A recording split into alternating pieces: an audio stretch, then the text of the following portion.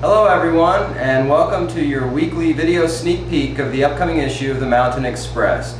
This week we have a unique cover story and in-depth profile of Dr. Carl Mumpower. He's been a polarizing politician here in Asheville for some time, with many fans, many detractors, and now he's making a run for Congress. Here to tell us about the profile is the reporter who wrote it, Hal Millard. Thanks a lot, John. Appreciate the intro. Whether you love him or hate him or are simply ambivalent about him, City Council member and Republican Congressional candidate Carl Mumpower remains an enigma to most people, yet oddly fascinating. I had the rare privilege of spending close to 24 hours with Mumpower in late August. From Asheville, we traveled to a campaign event in Haywood County, and then we headed to Mumpower's Madison County retreat in a place called Sodom. And there we talked for hours about his upbringing, his Vietnam experience, his wives, his drug use, and all manner of intimate details to give you a better sense of who he is as a person. And I think if people don't come away liking him any better, they'll at least have a better understanding of who he is as a human being. And John, back to you. Thank you, Hal. Of course, there's plenty more in the news section this week. We have a commentary from the always colorful Jerry Sternberg. He'll be doing a playful bit on greedy developers in Asheville. I know you'll want to read that.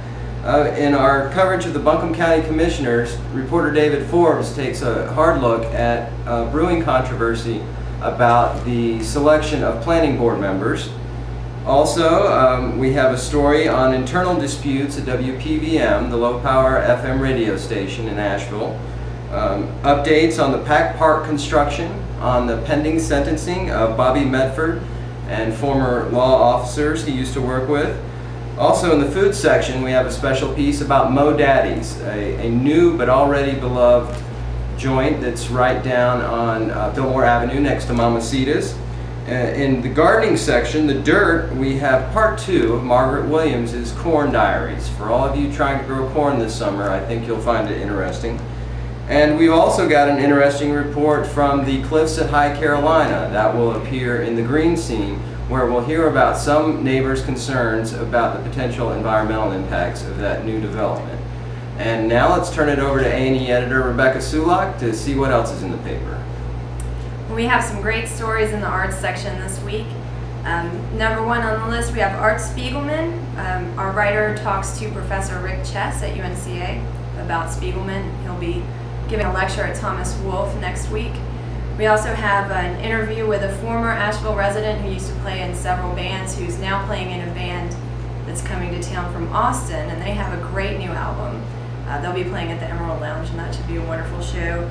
We also have stories on the Silver Jews, Xavier Rudd, and the Moving Women Movement for Peace project, which will kick off on September 11th at Pritchard Park.